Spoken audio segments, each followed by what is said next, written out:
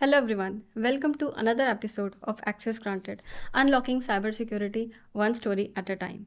Today we are joined by Rupam Bhattacharya. He is co-founder of StarcSec. He has led offensive security teams.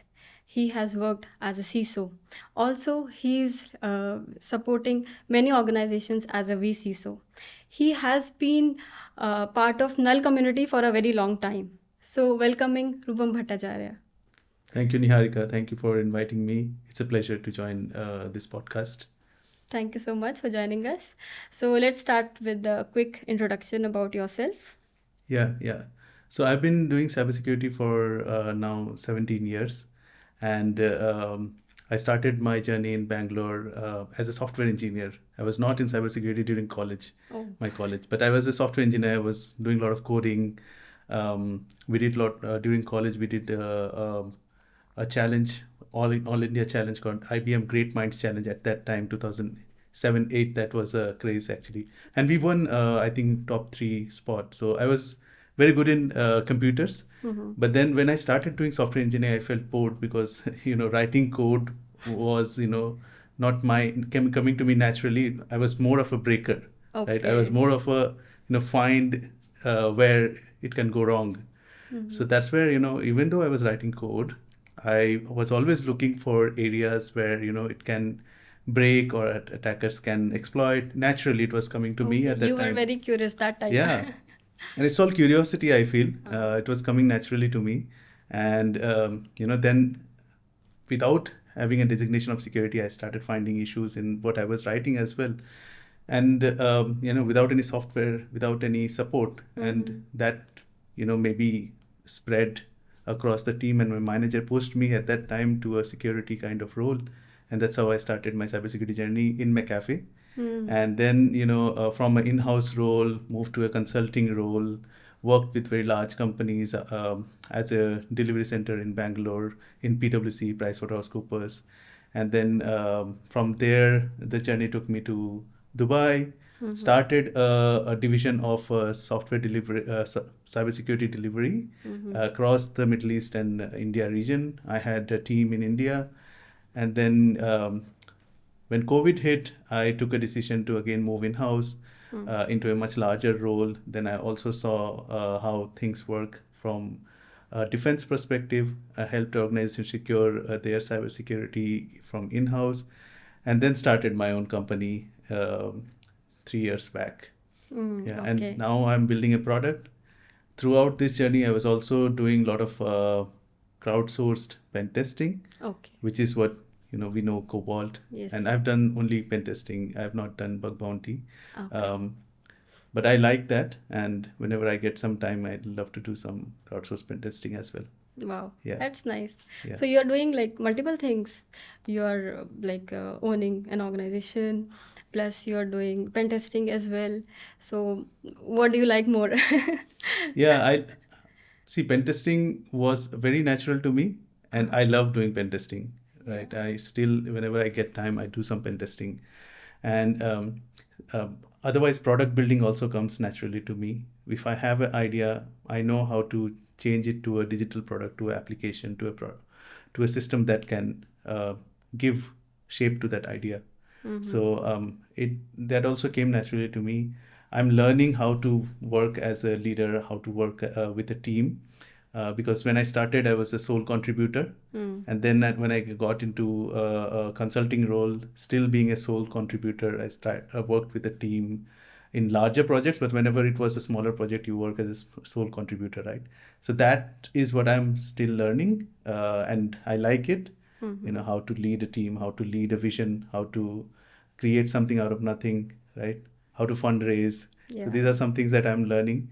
But from my heart, I've been a pen tester. I always be a pen tester whenever I get time. Wow, that's nice. I know, being a pen tester, I have spoken to other people also, they in their career, from 15, 20 years, still they like pen testing, and they want to do it for forever, I can say.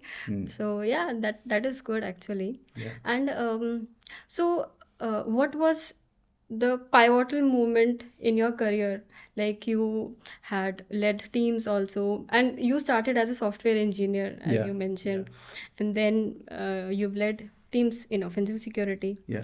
Then you are advising some organizations as a vCISO as well. Correct, correct. So what was that pivotal movement like, and then you started StarcSec as well. Yeah, yeah. Some of the, if I have to reflect back on some of the moments that led me to change my path, one of them was definitely coming to Dubai. Okay. Because when I was in India, I worked in in-house team and I worked as a consultant as well. But that was for delivering to companies in US. The wider perspective was missing because you don't work directly with business. You're just a service delivery center, and you're working in the instructions or directions of your leaders in the US. So you don't get involved in business. But that perspective entirely changed when I moved to Dubai, when I started leading a P&L in terms of consulting. Okay. So you're not just a resource delivering and clocking your hours, but you are actually leading that effort of finding business and then delivering, getting it delivered through a team, and then ensuring you are always positive in terms of P&L. So that's the perspective that changed, and that gave me a business view of things, which is very important for any techie, I feel. Right? And the other pivotal movement was again COVID, when we realized that consulting can take a hit if things are not moving in this world, right?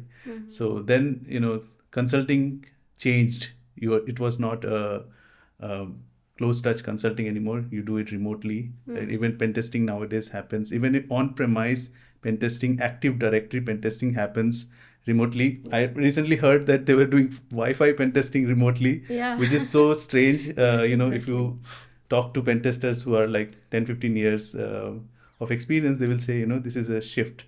Right? So that was another shift that happened after COVID, where, I decided that, pen testing will be eventually commoditized. So it's good to hone your knowledge and skills, but then you have to do something on the defense side as well. So then taking a wider look at cybersecurity is also something that happened at that time. You're not only looking at the attacker's perspective, but you're looking at a perspective of defense, not only digital defense, but also defense in terms of processes, procedures, best practices, compliance, regulations. Right? These are some of the things that I learned after getting into that role, and that helped me. That was another pivotal moment in terms of giving me a wider picture and giving me that leadership capability. And then the final shift that happened was starting my own firm with my co-founder. That really gave me the perspective of how to build something out of nothing. It's like raising a big child, running a company.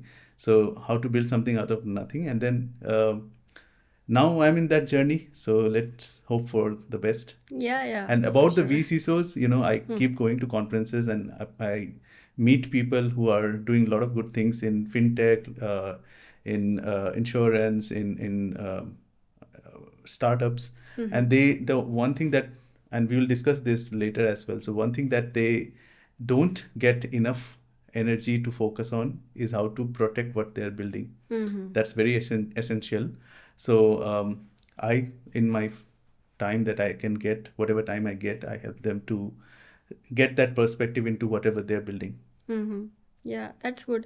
Actually, as you mentioned, we will be discussing it later, but we can discuss it now as well. Like for any startup or anyone who's starting a new business into cybersecurity, what advice you can give them, Yeah. so that they don't do any mistakes or anything that will be helpful, because Yeah. you're already in that path. Yeah. So you can advise something good Yeah. for them. It's not only a startup, I will say. For any company, you have to first think, where is my value, right? So I'm building a product, I have a cloud environment, I have source code, I have, so and so things, but, where is the value which can result in a big impact, right? Impact, what I've seen is startup founders, they are always looking to deliver functionality, value, right? But they don't know where that can break in a way that everything comes down all at once, right? So that perspective, where your weakest point is, because you cannot protect everything. Where is the weakest point? I give them that perspective during my conversations with them. After I understand what they're building, tell them where is the weakest point and where is the quick win for them. Because attackers are also looking for quick wins. So if you can just protect those areas which are the easy entry points, then definitely you can keep building with spending less resources in protecting, but still getting enough protection so that you reach a scale where you can do more, right? Because as startups, they always hunt between, or rather a tug of war between resources and functionality. So you always use resources to deliver functionality, but then if you see that this functionality is going to be my breadwinner for the next 5 years, do at least the minimum there to make sure that is protected till you reach another level of scale. Yeah. So I talk to them in these terms. Okay. Thanks for this. Actually, this is very insightful. I think for the viewers who are listening to us will be helpful, will be very much helpful to you. And you were mentioning about the conferences. So as I was mentioning, like you were part of Null community for a very long time. So how does that experience, or I can say that grassroots experience that you had changed or inspired you as a person, or as a community person? Yeah, that's a great question. I joined Null in Bangalore. So Okay. I was a chapter leader from 2011 to 2015 in Null Bangalore. And I got pushed to the front very fast because I was always ready to do things, right? So I saw the potential in learning myself by teaching others, right? Because that's the way I could push myself to learn faster. Because I have to give that demo, I have to give that presentation, I have to give that hands-on. So I have to learn faster and I have to grasp everything, because there might be questions coming, there might be people who are actually trying to get value from the session. So that gave me the responsibility to learn faster. And this is why I liked Null so much, because there were so many freshers, so many graduates just out of college who are not into cybersecurity but very curious. They want to learn. They got a lot of exposure from Null, and we wanted them to deliver sessions, deliver trainings, so that they learn from those exercise. And there were a few of them. I just recently met one very brilliant person who is now leading a cybersecurity team in Deloitte. She started like that. She started learning by giving presentations, by giving talks in these open forums, and now look at her, like she is leading a team at Deloitte. So that's the power of community, and that's why I loved Null. I'm still connected. After COVID, the online sessions have reduced. Sorry, the physical sessions have reduced a lot, but we keep meeting every month in a very informal manner, discussing what is happening, what new knowledge we can share with each other, right? And yeah, let's hope it will keep continuing. Yeah, for sure. Because I was also there as part of Null. I attended one conference in Goa. I was in Dubai, but I went there because when I was in India, I wanted to attend that conference. So when I was in India, I didn't get chance to go. But once I came here, then I planned, like, this time I'm going there. So I attended that, and it's very nice. Not only gaining knowledge, you meet people from different part of the world, different part of India, with good experiences and all. So it's very nice being there, getting to know people, getting to know what is new. You attend the conference and all. So I think that's a good thing. But I'll tell you, like, I was there from 2009 to 2019 every year. Yeah. And most of the time I didn't attend any conference or session, right? Okay. Because learning used to happen on the beach, in the rooms where we sit in close circle and discuss ideas that don't get shared in the conference. Right? So it's good. See, the conference talks are good. Yeah. But then you have to meet everybody in person so that they Yes. share, and this is the right forum to do that, right? So they share things that they're working on, which is sometimes not shared in the talks. Oh. In the talks, these are public research, but then you get to hear the real knowledge when you sit with these guys one to one or in a Informal. smaller group, informal, over a drink or something, right? Yeah. So that's the fun of Goa as well. It gives you Yes. that vibe to connect with people on a very, very, deeper level. Yeah, I know. I like it was very nice. Not only that professional conference you're attending, but Yeah. on top of it, we have a friendly outings, or we are, as you mentioned, sitting by Yeah. the beach, Yeah. discussing things and all. So yeah, I remember that time. It I was made very few nice. friends for life from those Yeah, conferences. Yeah. correct. Yeah. So Yeah. I think that was amazing. Yes. Right. And so your background is deeply into, like, I can say, technical and offensive focus. So how exactly you shape the decision to build full posture management platform, Yeah. like not just another tool? Yeah. So Yeah. just want to ask this as well. Like, Yeah. I was curious to know about this one. Yeah. Yeah. See, I've been scanning, finding, breaking things my life, right, throughout my life. But what I've seen is that doesn't get taken through the remediation phase properly. You submit a pen test report, and next year you come back and you find the same issues. How many times have you seen that, right? Yeah. So I saw it a very big challenge to actually take everything through the context of impact and through the context of business risk, so that there is enough resources allocated to fix those. Because just finding the issues is still not going to prevent you against a breach, right? So I saw that there is a very established market for scanning, for pen testing, for finding things, finding gaps, finding issues. But there is a gap when it comes to taking those through a context, business context, and fixing the issues on time before they get breached.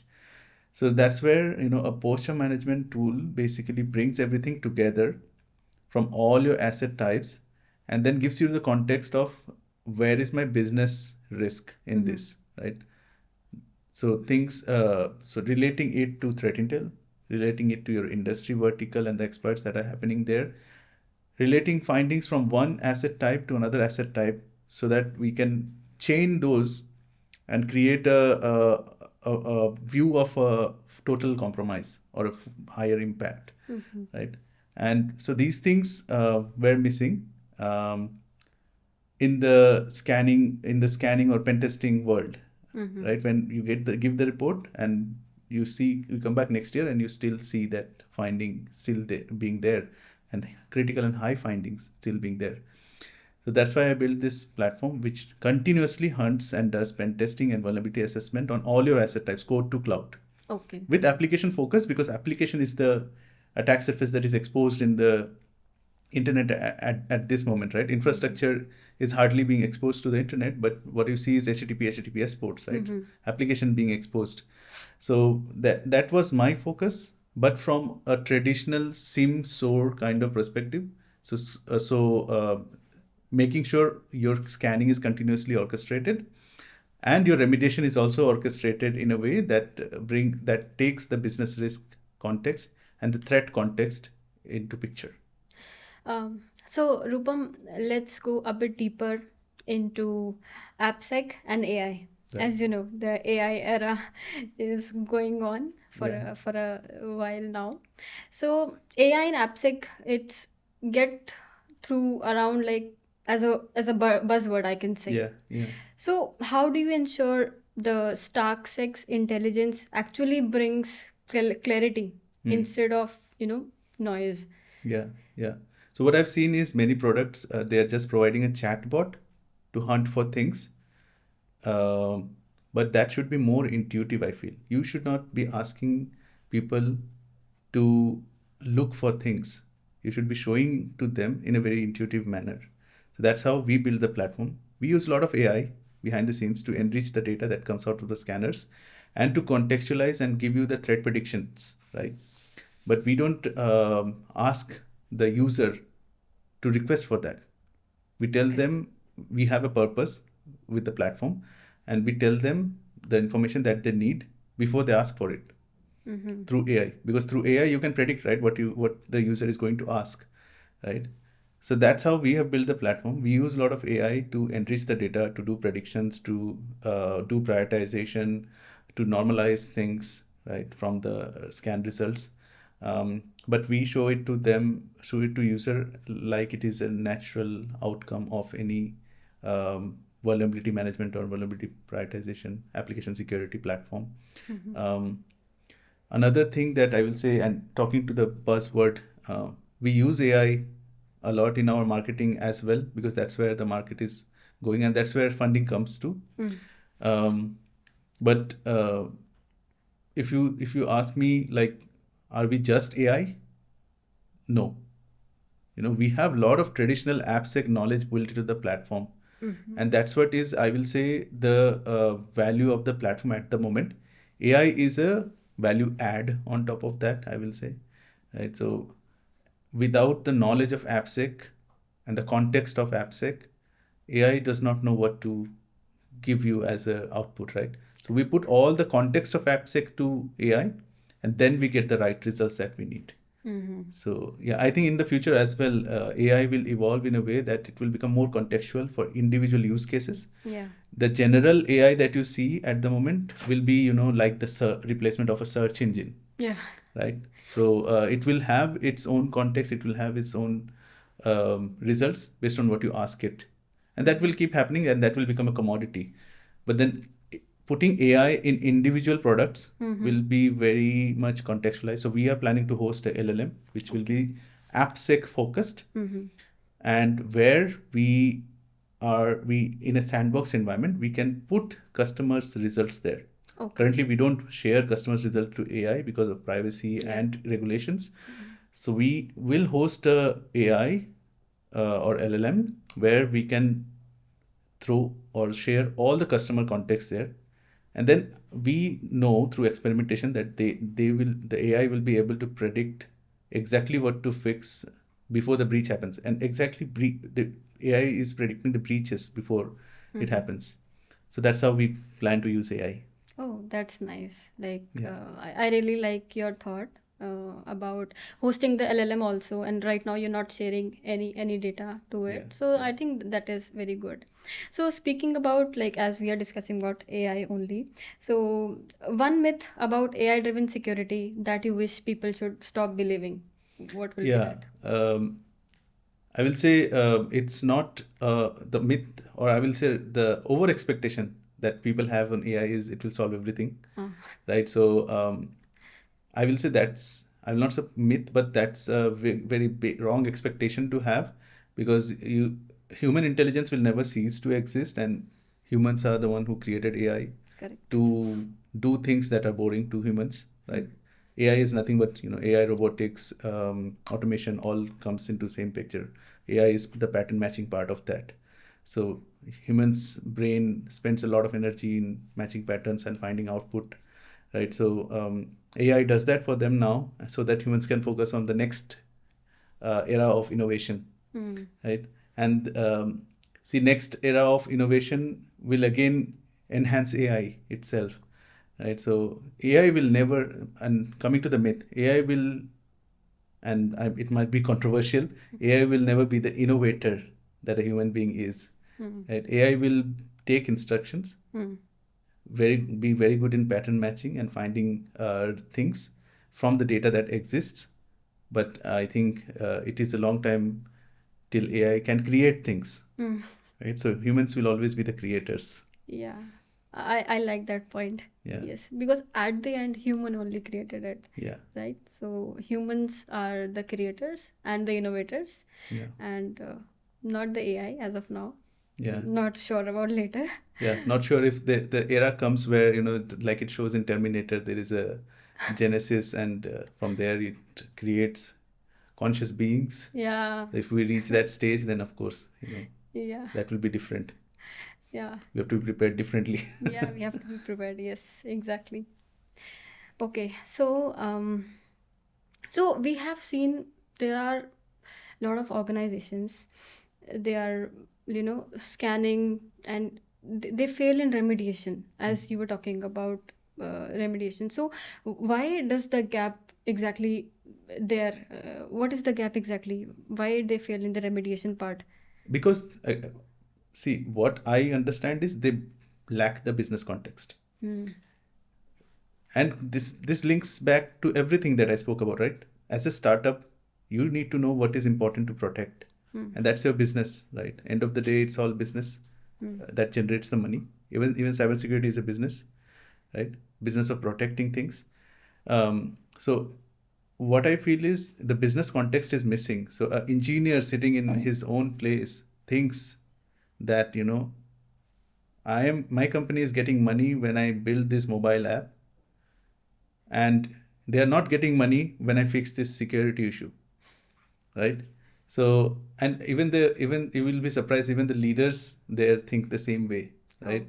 I'm getting more revenue when I build more features in the app, but I'm not getting more revenue when I fix this security issue, right? I will see when it gets exploited. And that's why regulators are there, that's why compliance is there to get things done, right? Without giving them the required business context. But things will get naturally done when you give them the business context. So you are building this mobile app which generates a lot of revenue, or you are building this web app which generates a lot of revenue, and think about a situation where things are down. So you'll not have revenue, right? So attackers can control it. And that's why we, as a vCISO, I'd like to do a ransomware tabletop exercise. Okay. Where we take a scenario with the company and we run them through the situation where the attack has already happened, right? So a ransomware attack has already happened, and how will you respond to it? And you will be surprised, like even large companies are not prepared for it, right? They will say, I will hire a lawyer and I'll hire a response team. But the response has to happen within 24 hours. There's not enough time to hire at that point unless you have somebody on retainer, right? So it all comes back to how can we naturally lead them to fixing the issues, and that will only come when you have the business context. And that is what we are also building through the platform, which gives them the business context directly on everything that is being identified. Okay, nice. Okay, great. So let's jump to next part of our podcast, which is rapid fire round. Okay, so not thinking too much, only one word answer that comes to your mind. Sure. Okay, so one word that defines AppSec in 2030. It's 2 words: continuous remediation. Okay. Yeah. Cool. A vulnerability that still gives you goosebumps. Access control. Access control. Yeah. Wow. How? See, access control is the biggest flaw, I will say. And I think in 2025, OWASP has also put it number one. It is number one risk. No more SQL injection, cross-scripting, because there is now AI fixing everything, right? Yes. So AI protects against all those things because it's a pattern matching thing, right? Yeah. WAF has been there doing pattern matching for so long.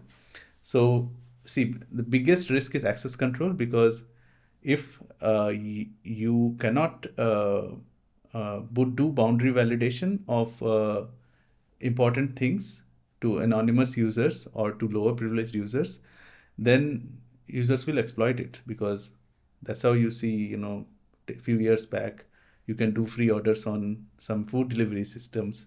You can do lower fare flight tickets. You can bypass. There was a time when you can also bypass payment amount, put a low payment amount, and then still get paid, right? So it has more impact, I feel, if your access control is not in place, because when exploited, they act like a privileged user. So think about a situation where you are a super admin, providing in a bank account, providing salaries to people, and if somebody comes and they can provide salary to themselves, so your bank account will be empty. Yeah, that's So- horrible. So that's my, that still gives me, I'll not say goosebump, but it still gives me enough hope that, manual pen testing and security, human-led security initiatives will be there for a long time.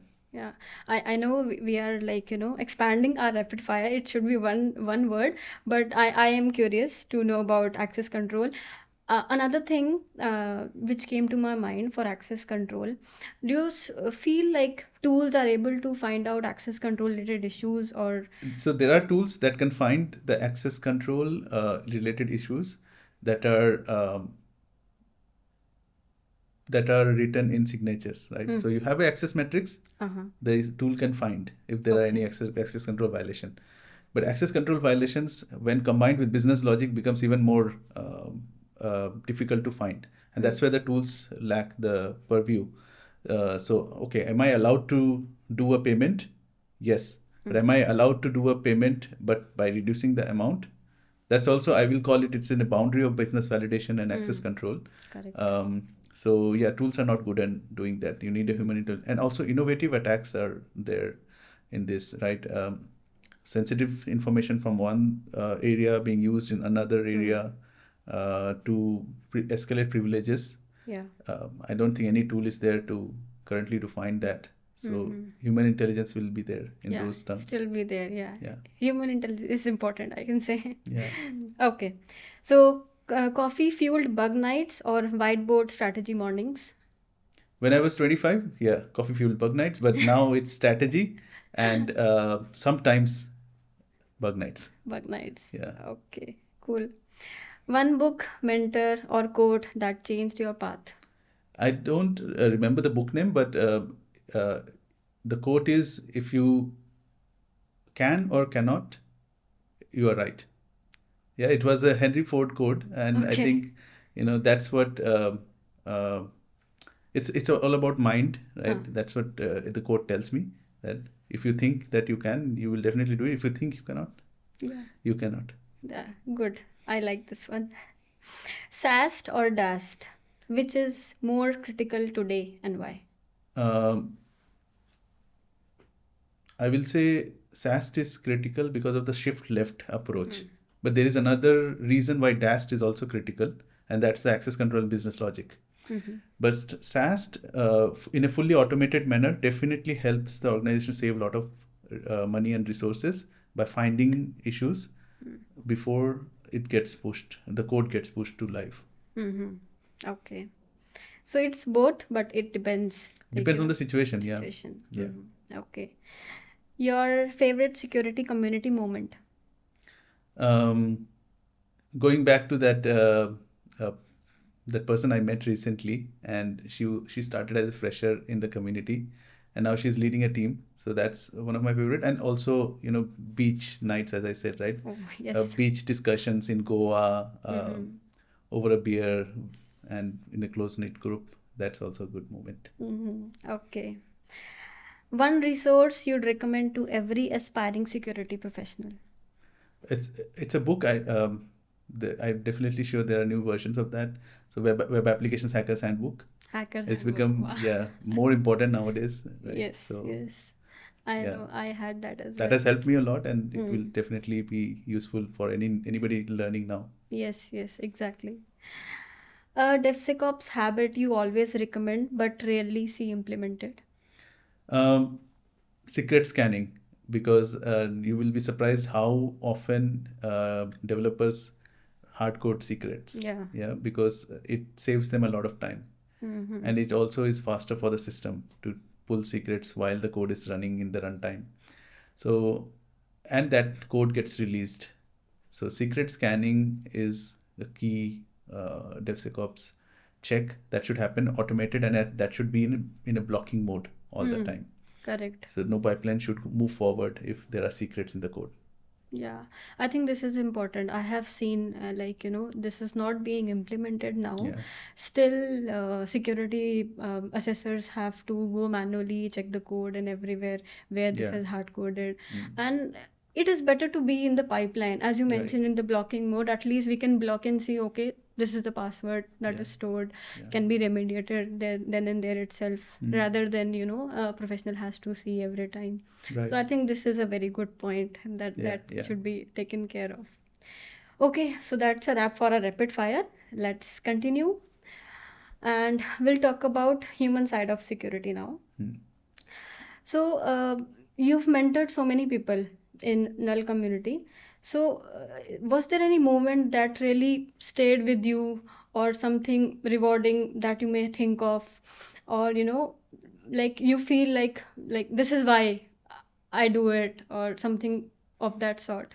Yeah, other than the story that I told you about meeting a person who has learned from null and then prospered in her career, um, I've seen friendships being built and startups being built by people who used to just attend null meets.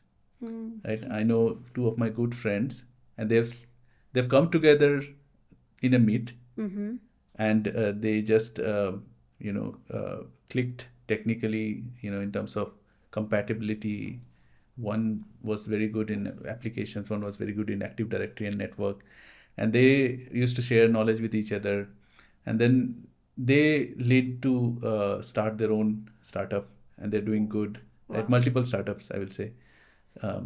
So this is the beauty of a community like null, where people meet Mm-hmm. and they share ideas, and then that results in startups and large companies, and that's very rewarding. That's what one thing that I'm proud of being part of null. Yeah, that's good. Actually, for people maybe who are working in silos, or they're learning in silos, it's a very good thing. You should meet people. You Yeah. should be part of the communities. It will be helpful for you as a person. Also, you'll make friends, and maybe in future, as you mentioned, they Yeah. started their own startups. Maybe it will be helpful for your future as well. So Right. I think we should encourage people, or maybe freshers, or someone who are new to cybersecurity. They should be part of the communities. They Yeah. should join, so that they know, like, it's not always you are just doing your 9 to 5 job, or you are just doing bug bounty somewhere. You should go meet people. Yeah. Maybe you'll find something like that spark you to start something, or Yeah. maybe something else. So I think that's a good idea. Yeah. And still we should encourage people to be part of communities. I think Yeah, and that's one good thing about the community is you get the offensive and defensive perspective, both the perspectives. Yeah. And it's very important for a pen tester, person who has started as a bug bounty hunter or pen tester, to get that inside out view of an organization. So many times I've seen, right, that there are discussions to and fro of a severity of a finding, and for a pen tester, he's looking at the highest risk, and for a person in house, he's looking at the real risk. Right? Correct. So for a pen tester or a bug bounty hunter, you should always have that perspective of the real risk, which is missing in a lot of scenarios. And going into a community, talking to people who are working in house, will give you a lot of that perspective, and you will become a better bug bounty hunter or a pen tester. Mm-hmm. Correct. Yeah. When we see the business point of view, like maybe a pen tester found maybe SQL injection or some access control in one of the application, a business application. But if you see, the users of that application are like very limited, maybe 5 users. And that doesn't hold any sensitive information. Right. Maybe it's a public application or something like that. It doesn't have its static content. Yeah. Still, he found out SQL injection or maybe access control. It will not make that sense to keep it critical vulnerability or something of that sort. So it depends on the business side as well. If you see, it's not just about, like, if it is on top list of OS top 10, we can give it a critical. Yeah. So Pen tester should learn how to do threat modeling. Yeah, how to do threat modeling. That's important. So Yes. yeah, that will widen their perspective like anything. Yeah. Correct. Yes. So, so next thing I wanted to discuss about, like, when you see everything is automated, fast paced, how do you personally protect human intuition and judgment in your work? Okay. Yeah. So humans are like innovators, right? They are the creators. They are the innovators. Now, output of automation should always be predictable. And if you don't know what the output of this automation will be, right, then you are, then you are not going to be able to make use of that in a very productive manner. So automation and AI will always be there, but you have to use it in a way that you can predict the output. of this automation or AI. And you can then also find ideas on how to enhance it so that the output becomes even better, right? If you can predict that, okay, now if I change my prompt in a way that output will be more enhanced or more to the point, so that will definitely help. So humans, I will say, they will always be the innovator and creator. They will enhance AI to a stage where hopefully that doesn't reach the Terminator stage, but then hopefully humans will be able to keep innovating, keep creating, and that's where using their intuitive mind and leaving the day-to-day menial or boring tasks to the AI or automation, right? So that they can focus more on innovating and creating things. Innovating, yeah. Innovation is important, I can say. So coming back to the security leaders topic we were just discussing. So on a business level, so how can a C-suite or tech teams collaborate better so that security becomes a business priority and not Right. just a tick box? Yeah, security should be part of every boardroom, what I feel, after a certain scale, of course. If every board member hears about the real risk within their organization, they will also inculcate or make sure the risk management is part of their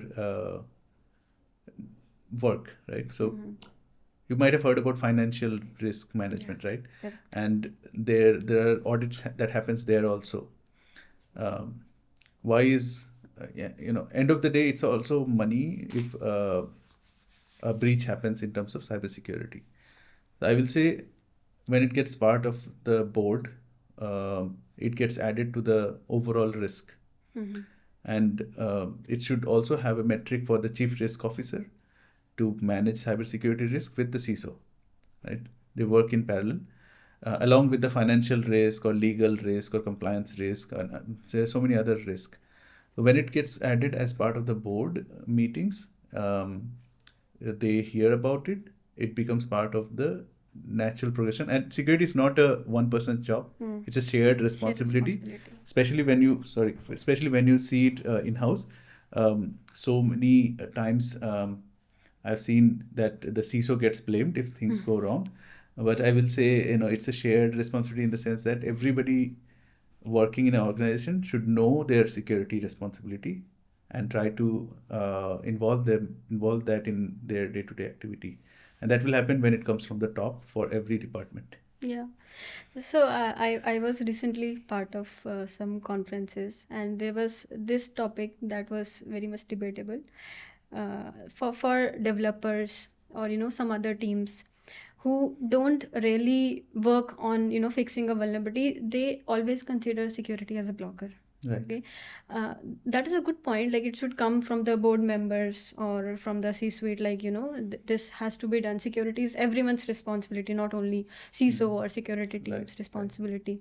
So how exactly we can make that shift? Like, everyone in an organization should be responsible, and they know, like, security is not just a tick box or we have to just fix it. It should be built in. Okay. Yeah. So how, like, can happen in organizations? Yeah. Take an example of a house. There is locks, there are grills, there are security cameras, there's a dog in the front porch, there's another gate in the front porch. But you leave, and maybe there is another member in the house, and you have asked them. I mean, you have not informed them all the security controls that you have in place, and you expect that everything will work. But just think about a situation where a delivery guy comes and they open the door and leave it open, and the delivery guy then had wrong intentions and moves in. So you have to always, my point being with that is, the house members in taking this situation should be aware of the security controls that are in place, right?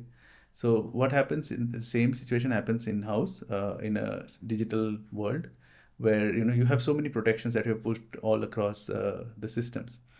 So you have to educate, and this is where training and education and awareness comes into picture. You have to educate your team on what are the controls in place, where are the precautions that are needed to be taken, and once the team is aware, and also continuously refresh their awareness with the new technologies. So awareness and training, when it happens on a continuous basis, gives them that responsibility to make sure they are not exposing the weak points, or make sure they are using the controls that are already there properly, right? So again, it's part of the culture. The major part of the culture is awareness and training, and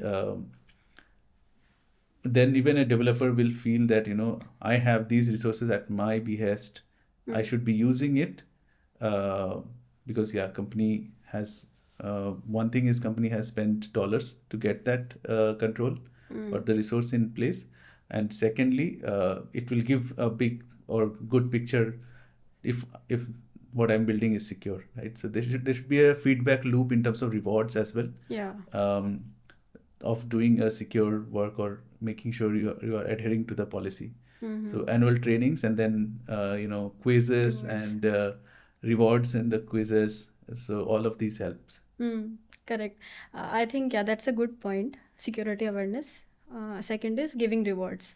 Like anyone, if you're getting something, they will do it. Like maybe a small hackathon you can do with the basic security checks and all. I think that is helpful for organizations. They can regularly do it. And just we had the security awareness month, which was in October. So I think every organization should adapt to it.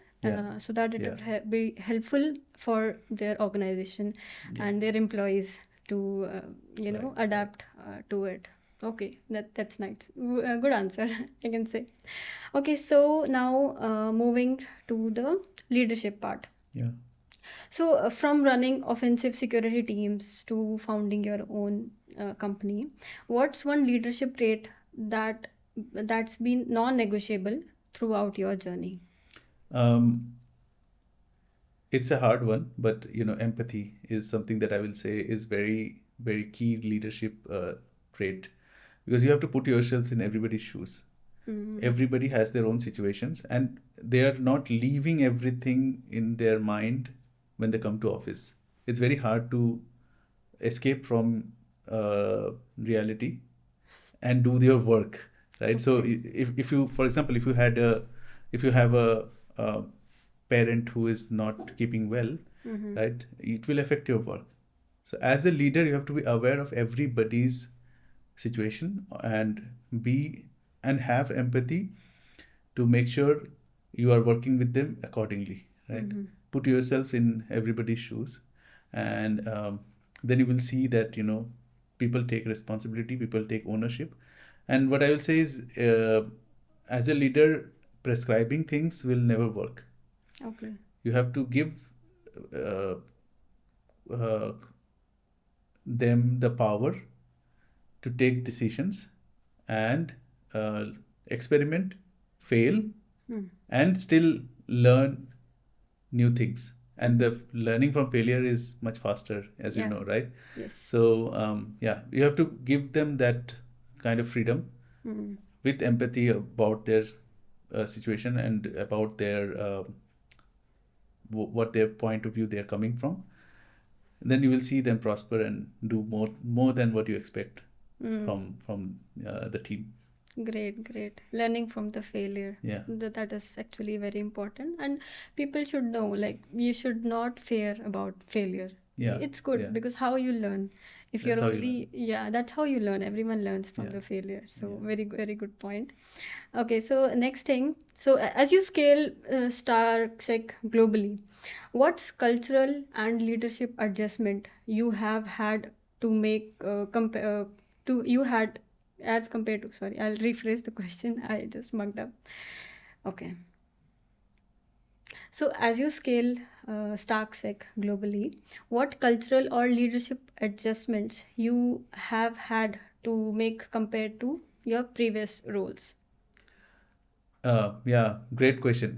Because if you see previously as pen testers, also as CISO, also as a consultant, we're always looking at a job, a role as a job, right? It's not, it's like, okay, I have to spend this much time, I have to do this work, and then I get paid, and then I move to the next task.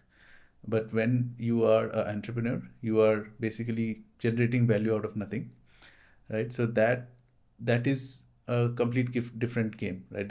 Different approach is needed. So the change in approach that I have taken is not to see immediate returns. When you're doing a job, when you're doing when you're in consulting, when you're a CISO, you see immediate returns, or you try to see, you try to take the path of least resistance, right? But here you have to do the tough work. You have to do the tough work because you are thinking of it as a strategy, or as a how can I put it? You are thinking of it in terms of creating value. Again, I'll use the same sentence. Creating value out of nothing takes a planning which is longer than you used to do earlier. So that thinking long term and thinking of value and thinking of how you can involve others in this journey is the mind shift that I had to do when I started entrepreneurship. And again, you have minimal resources when you start as an entrepreneur. You're not getting monthly salary, right? So you have to also look at it from a how can I sustain, because you are paying salaries, right? Yeah. So you have to make sure, without letting anybody down, how can I sustain and how can I succeed, right? So that's all different from doing an in-house job or a CISO role or a consulting role. Okay. Okay. Yeah. Got it. So next thing, what is one outdated AppSec mindset you think that industry should need to retire immediately? In DevSecOps, I've seen, right, people are trying to block at everything, and they think that even SAST, SCA issues cannot go to production. But I feel that hinders engineering teams a lot, because they are trying to release fast and they're trying to push new features, which is a business requirement. So other than secret scanning, whatever is getting done in the pipeline in an automated way with blocking mode, I think that was okay like 10 years back, when it was not agile, it was sprint, right, with a bi-weekly release. But now things get released every day 10 times. Correct. Right? So I think it has become outdated. Cybersecurity in terms of DevSecOps has become outdated. The new approach should be continuous, and let the releases go through. Do your SAST, SCA, ASPM, IAC, DAST, pentesting, BA on a continuous basis, right? Because what will happen if you don't catch it before the release? At least you will catch it within 24 hours of the release, right? And it is very hard for an attacker to understand how to exploit it and actually do the exploit. So industry standard is 15 days it takes for an attacker to actually do end-to-end exploit of a security risk that is exposed to production. And if you are doing continuous assessments, then you will definitely catch it before it gets exploited. So yeah, that's my take on what is now changing and what is outdated now. It should change. Yeah. It should change at this step. Yeah, I agree. I agree to this. And so a lot of organizations, they still run AppSec in silos, run the scans, report, do backlog, and repeat like that. So how does StarcSec break that cycle, and what organizational shifts do you recommend alongside the technology? Yeah. As you said, right, it's all happening in silos. So somebody is doing application security, web application security. There's another person doing mobile application security. There's an API security guy. There's a person doing network vulnerability. There's a person doing cloud security. It's okay, because you need expertise in these areas. But then when it is fully automated, you don't need that person to go and run the tools. Right? That's work that can be done once you set up the policy, which is where their intelligence is needed. Once you set up the tool, set up the policy, that should happen in a continuous manner with the orchestration engine. Right? You can either call it AI agents, which some of the companies are calling. We call it orchestration engine. So once your scans are orchestrated and it is continuous, your team can then focus on understanding what to fix. Because scanning is step one, then comes enriching the scan data, then comes prioritizing it with threat intel and business context, then comes understanding who is really going to fix it once it is prioritized, then working with that team, making sure they understand the business risk, and then monitoring throughout the remediation process, and then actually closing the issue, right? So scanning is just one step. And most of the teams and the siloed approach, because of the siloed approach, they're focusing on scanning and throwing the results at the engineering team, creating millions of Jira tickets, writing or sending PDFs, Excels, and nothing gets fixed, right? So when you break that silo, bring the results together and orchestrate scanning process, you can then focus on doing the rest properly, which is where, your strategy and innovation also helps as a human being, right? So that's what we are doing with StarcSec.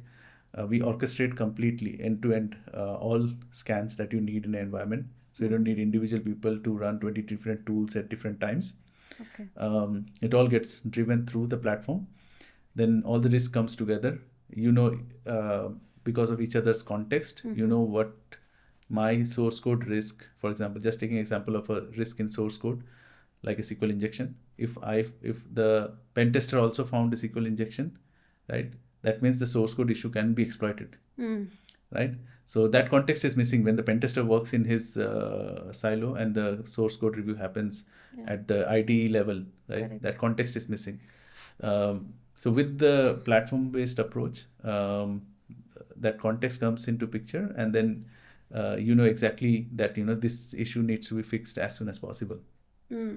Okay. Yeah. I think that's really nice. Like working in silos, it used to happen. Now it's happening as well. And using this tool, I think it will be very much helpful to the organizations. They can work together in one environment. They can run all the scans, and it will be very much helpful. I can say.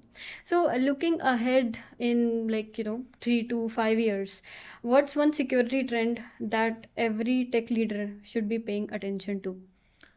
AI, of course, because you need to free up your team to do more innovative and creative stuff, and then let the daily tasks be driven by AI, and also gain more intelligence from AI and complement your team's intelligence by enriching the data that comes out from these scanners, right? And that's all part of normalization, prioritization, prediction, right?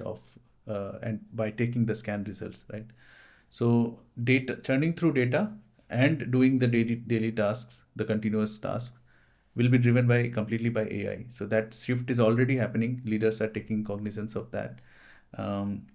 It might result in some people moving their roles, so that AI, it will not remove the requirement of humans. It will create new avenues of roles that where humans will be more useful, right?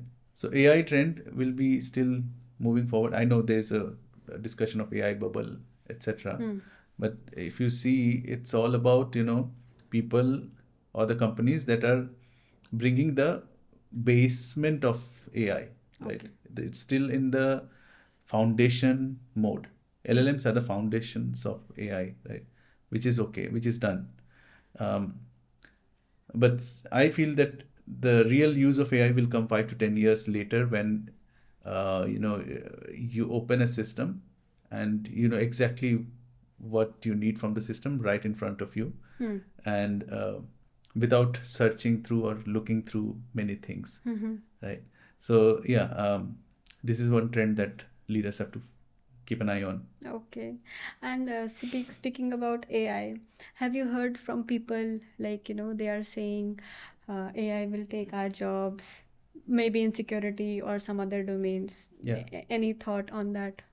So and I tell this every time, that my thought is, if you are taking instructions to do your work, you will lose your job. Mm. If you're not bringing value in terms of creating ideas or creating or innovating, Yeah. right, in the work that you are doing, or changing things, like shaking things up. Correct. Yeah, if you're not shaking things up, you will definitely lose your job. Mm-hmm. And this is not cybersecurity related. This is everywhere. Mm. And if you're doing jobs that is instructional, that is guided, Mm-hmm. AI will take over your job, and then you will find something that good to do, right? Something. Then if you don't shake it up yourself, then things will move you around, and then you will fit somewhere which is, it will not result in lowering the jobs. It will create more jobs. Okay. Yeah, it will create more jobs, and it will create more avenues where human intelligence will evolve into a higher realm, I will call it. Okay. Where you will be more, your brain will be more productive. Maybe the size of the brain will increase in the next 5 to 10 years. Maybe Okay. I'm talking about the Darwinian theories, but I think this is where it's a shift where human brain intelligence will improve. It will increase. Mm-hmm. Okay. Yeah, I think it will. Yeah. And people should not fear of losing jobs if they are innovating, or Yeah. if they shift their mindset of only getting, the instructions, as you mentioned, Yeah. to do their part of the job. Because if you are a taskmaster, you'll never have the brain share to think something new. It's good to then lose your job for some time so that you can think what better I can do. Can do, yeah, Yeah. exactly. I've been also laid off in my career, and which has just taken me to the next level, right? It has taken me to something that I would have not done if I was doing the same job. Oh, And I was in the wow. comfort zone, right? Yeah, yeah. So that's needed. So Correct. losing job is just the stepping stone to getting to the better work or better idea.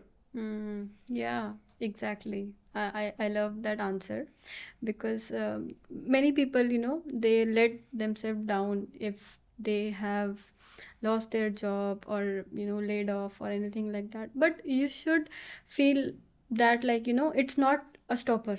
Yeah. You should accelerate more. Like, that should be a bump up into your life. Like, what else you can do? Yeah. As you're a good example of it. People define themselves through the job that they're doing. Right? Exactly. If I'm doing a cybersecurity, taking cybersecurity, I'm doing a role in a Fortune 10 company. That's my identity. Yeah. People think that way. Not demeaning anybody, but then, your identity is much more than your job. Correct. That's true. Very nice. And I was coming to the freshers now. So, any freshers who are starting their career in security, any advice that you want to give to them? Yeah. In the beginning, it's very important to hone your technical skills, go deeper into technology, and even if things are automated, learn how they are automated and what is happening behind the scenes. Because with AI, one more drawback that I'm seeing is people don't go deeper into technology. It is becoming at a fresher level. It's very important to know how things work, because otherwise you will not reach a stage where you can innovate. First, you have to know how things work. So go deeper into technology. And also another important thing for freshers is to hone their soft skills. Because when I started, I didn't speak well. I didn't like to go into social situations, and that happens with any techie, right? So as a techie, especially as a techie, you have to put yourself in uncomfortable situations socially, right? So that you can then be a better leader, be a maybe entrepreneur someday. And this is definitely useful to start early. So public speaking, um, joining community, joining us maybe book club, right? So that these really helps you in the long run. Yeah, and this is what they teach you in the management schools, right? Management schools is less education, more building your character to make you a leader, right? So yeah, so if you can do this at the earliest, it will be great. And if you are a technologist, if you want to go deeper into technology, then start learning the basics from the beginning, even if things are being done by AI. Okay. Yeah. Good, great. One more thing, adding to the same question. Have you seen people who are already into IT but want to move into security, maybe just for getting more money or something like that, because they feel in security they can earn more. So that's why they want to shift into security. So any advice that you want to give to them as well? Yeah. Yeah, see, money is a big motivator anyways, but see, money you can earn in any field if you are doing something that is important enough, right? It has to be important for business, what you are doing, right? End of the day, you are also spending that 8 to 10 hours, but the job you are doing is not important. So if you are working in a large company where there's a lot of things to protect, that's where you get paid more about for cybersecurity. You don't get paid more for cybersecurity everywhere, right? You might have seen that cybersecurity job roles are sometimes paying less than software job role, because in that company, what is important is building things faster, and maybe later it will be more important to protect things, right? But if you go to a bank, they have already built their system, their platform, they have customers. So it's now protection that is more important for them, protecting things. And that's where cybersecurity guys get paid more. So you can get paid more anywhere. You just have to find to do things that are more important from business perspective, right? So don't look at it from a pay perspective, but look at it from, if you look at it from a knowledge perspective and you are really curious, then cybersecurity is a good role to jump into as a software engineer. But as a software engineer, you can also earn more being a software engineer by doing some things that are more important, like innovating. Right? I keep coming back to that word. Did the AI engineers get paid more, or the software cybersecurity guys get paid more? So a person like Sam Altman, right? So he was doing some normal software stuff, but then one day he decided to do something new, right? That became a phenomena, and that became a big business idea, and that's how he's now getting paid much more than any cybersecurity guy could ever get, right? So it's all about innovation, idea, doing something that will be needed, that will be that can generate value, and that's when you get paid more. But if you're curious, cybersecurity is a very good field because you get to learn every day. Yes, exactly. You are always, because it's endless. Yeah, it's We call it endless. endless in Yes. cybersecurity. Every day is a new day for security, I can say. So you get to learn so many new things, and if you're curious and you are good in you want to learn new things, then cybersecurity is good. But don't come for the money. Yeah. Because money you can earn anywhere. Yes, money you can earn. Yeah.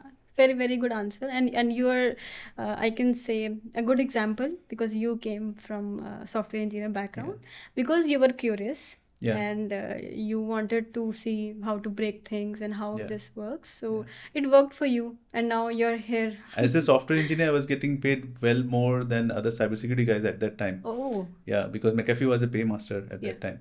So, and my salary never increased because I moved to cybersecurity. So my salary increased only when I jumped from McAfee to doing consulting. Right? But when I moved to cybersecurity, it was fully because of curiosity. It was not because of money. So for the viewers, like, who want to move into security, so stay curious. That is important. Stay curious. Yeah. So that is important. Okay. So just last question for today. If you have to summarize your leadership philosophy in one sentence, what it would be? Let people do experiments, I will say. Empathy is there, but we discussed about that. But let people experiment, right? They will fail. And you, as a leader, you have to give them that space. Only when they fail, they will have a new idea. and they might have a better idea than you. You will learn from them. Right? What I feel is, give them freedom. But of course, you have to always look at the output that comes from your team, and it should not impact business. But then, if you have scope, give them that freedom to experiment and maybe fail or learn new things. Exactly. Yeah, that will be very good. Yeah, very good. Yeah, very good answer. I liked all your answer, I can say frankly. And any sign off note before, closing? Yeah. Any closing point Yeah. which is left, maybe because you have covered everything, I can say. Yeah. But yes. No, there's always things to talk. So I will say cybersecurity field is evolving, and it will change. You will see 5 years down the line, things have changed a lot. And this is cybersecurity because we are digital, but that change is happening everywhere because of AI. And what I will say is only your curiosity will take you further. If you wait for somebody, and this is at a very higher level than cybersecurity, if you wait for somebody to tell you what to do, then you will be easily replaced. So you have to find things to do that are new ideas, new innovations, or I will say that adds value. If you are in an instructional role, it's not bad or good. You need to add value on top of that. So when you're getting started, you are definitely taking instructions, but then be curious and add more value to what you are doing, and that's what will take you further. Yeah, exactly. Thank you so much, Thank you. Rupin, for joining us. And it was very much insightful, whatever you have mentioned about leadership. Then, if someone wants to start their own organization as a startup, or anything, what they might be doing something which is not boosting, but you have given very good advice to them. So thank you so much for today. Thank you for inviting me. Yeah. It was a pleasure. I think I didn't know that I can speak a lot, but it came naturally. So it was But good. You're a good host, and thank you for making thank this you so much. a good experience. Yeah, thank you so much. Thank I you. hope you liked the session and the talk with me as well. Thank you. Thank you. Yeah, it was a pleasant experience for me. Okay, thank you so much, Rupin. Thank you. So that was Rupam shared his insightful story from his initial experience into software engineering, to his offensive security experience, to leadership, and he has given many advice to startups and also to the freshers who want to move into security. So it's very important to stay curious. So this was Rupam and me signing off, and until we see you in the next episode. Thank you, everyone.